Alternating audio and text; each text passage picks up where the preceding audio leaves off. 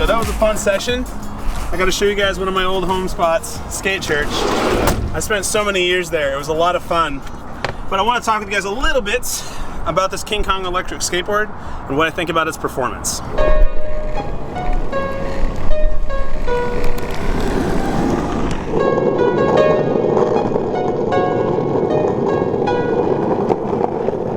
Alright, so first I want to show you guys just kind of the build quality of this thing.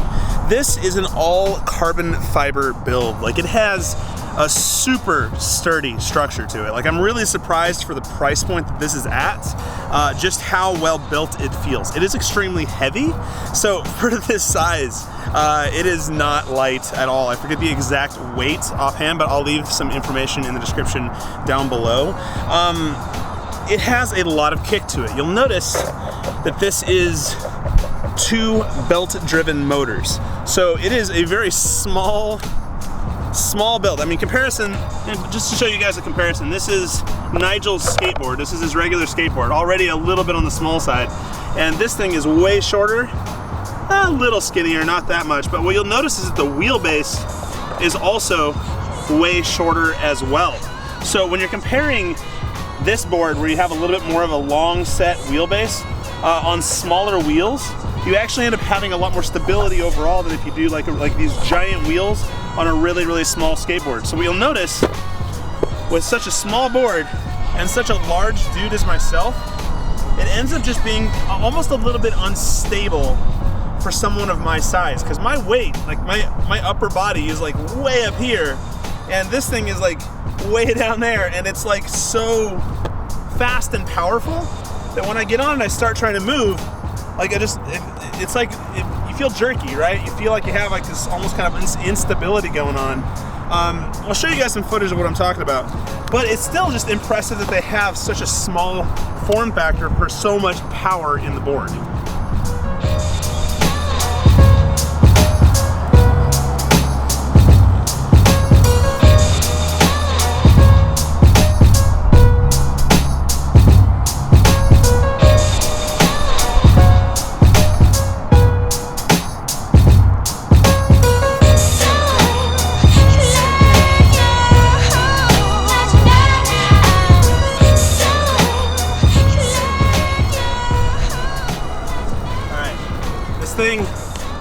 This thing has a lot of oomph to it, like a lot of power.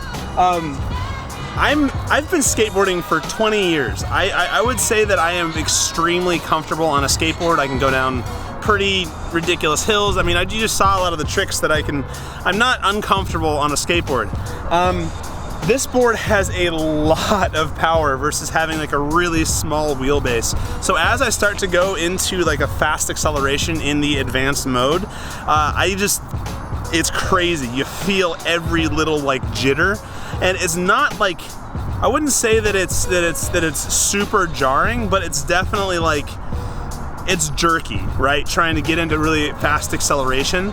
I would say that if you are not super advanced on a skateboard, I would stay strictly in beginner mode on this board. It's got a lot of power with a very, very small wheelbase, and I think it could use a little bit of smoothing out of its acceleration curve. But I am impressed with how much output this thing has. It has a lot of power for a little beast.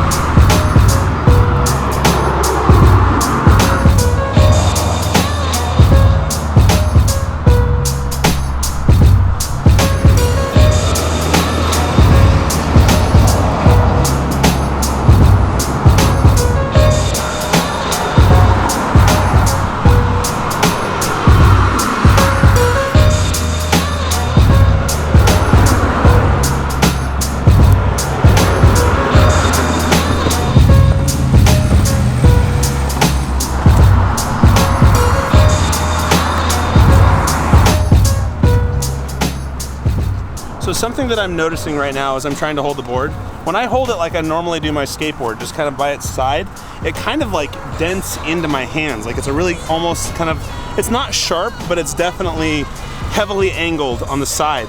So this handle that they have up here is definitely the ideal place to hold it as you're walking around without like diving it into your fingers. But it looks a little bit like a mall grab.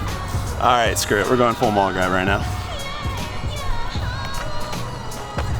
All right, so this is supposed to be IP65 waterproof, which means that like most major weather it's supposed to be okay in, and it should be able to take like splashes, like heavy splashes, just fine.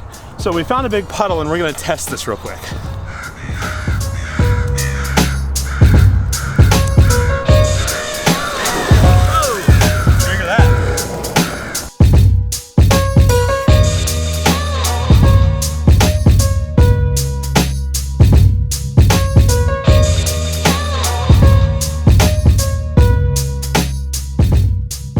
So this still seems to be functional after I went through that giant puddle. And if you look down here at the board, it's got like a lot of water all over the place. Probably has a few, it doesn't look like it has a lot of open ports to be worried about. The one thing I would say is that because of all of the carbon fiber on the edges here, there's not a lot of grip tape, right? So what ended up happening as I was coming around this corner is my foot like slipped off this side. Like I didn't have it on camera, but basically like it got wet and my foot like jarred right off the side. I'd probably recommend, if you're gonna be using this in heavy weather, get some extra grip tape and place it around on some of these edges so that you have a little bit more friction and stability over a wider area of space. Other than that, I'm really impressed with how well this handled in the water. I might go test this in the rain. It's supposed to be raining tomorrow, but we'll see. We'll see. That just depends on timing here. All right, so what are my final thoughts on the KingKong electric skateboard? Well, first of all, for the price point, I am impressed. For $300, you can get a single motor version of this on their Kickstarter. For $400, you can get the dual motor version. This is the dual motor version. It is very powerful. For the size, I'm 245 pounds, 6'3", and this thing can push me. Like it can actually get me around with some pretty decent power. And it was pushing me uphill too, which I was actually kind of concerned it wouldn't.